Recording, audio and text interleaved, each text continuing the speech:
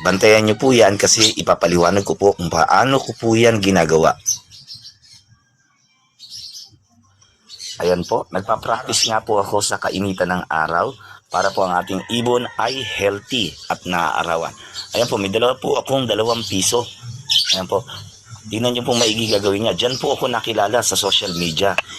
Itong tricks po na ito ay umabot po ng million views. Kaya ang ginawa ko po, pinag-aralan ko ng pinag-aralan. Magandang buhay po muli sa inyong lahat dyan. Ito na po yung hinihintay ninyo. Marami po nagre-request kasi po ito yung nag-trending sa akin na lista. Paano po ninyong candy? Kung maalala po ninyo, nag-trending po ito. Umabot po ng 2 million views dahil po sa candy. Ituturo ko po ngayon sa inyo paano po ito ginagawa. Tingnan nyo po pero practice muna tayo bago ituro sa inyo para makita nyo.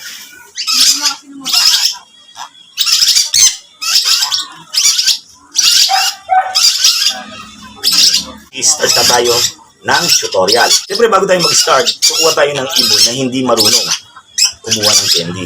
Ayan kukuha tayo ng isang ibon. Ganito po ang simula ng pagkuha ng candy. Lagay niyo po yung ibon dyan, then ipatutukan niyo po sa kanya to. Tapos, ganyan. Tuka at then reward.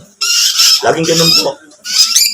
Yan. Huwag niyong bibigyan ng reward kapag hindi niya tinutuka Kailangan tukain niya muna. Yan. Then reward. Good bird. Tapos paulit-ulit lang po ninyo gagawin niya. Puro ganun lang po diskarte.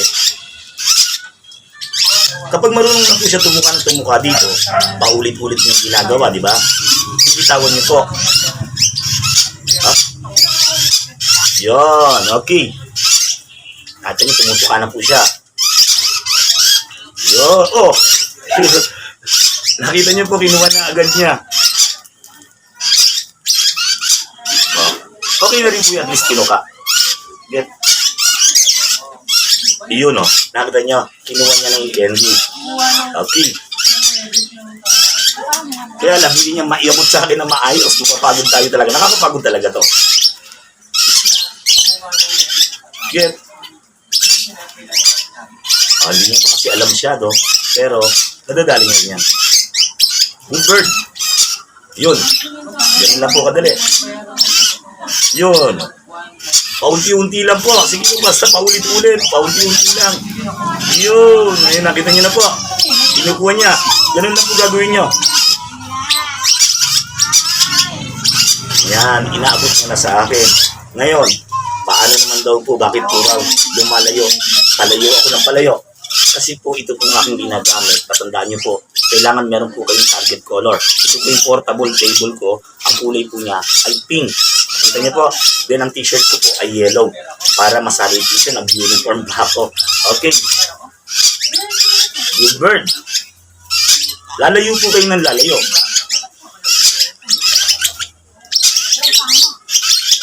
Get.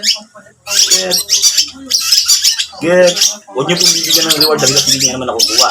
No. Ito. Get. No. Kasi hindi pa siya gaanong sanay po. Get. Kanina kinukuha mo na No. Ayun Dali. Get. Dali. Get mo na yan. Huwag niyong bibigyan ng reward. Yun. Yan. Okay.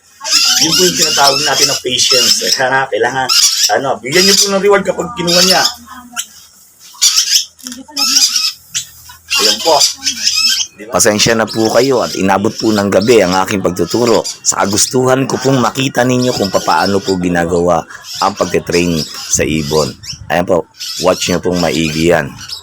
Malaking tulong po yan. Okay.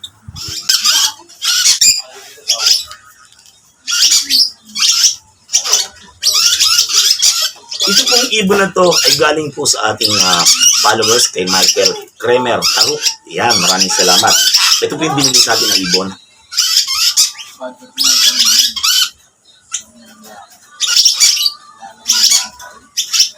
Ngayon, kapag ginadala na sa inyo yung candy na malayo, iahagis nyo na po ito. Dito ko pinagdadaan sa Boracay. Ikot ko sa kabila.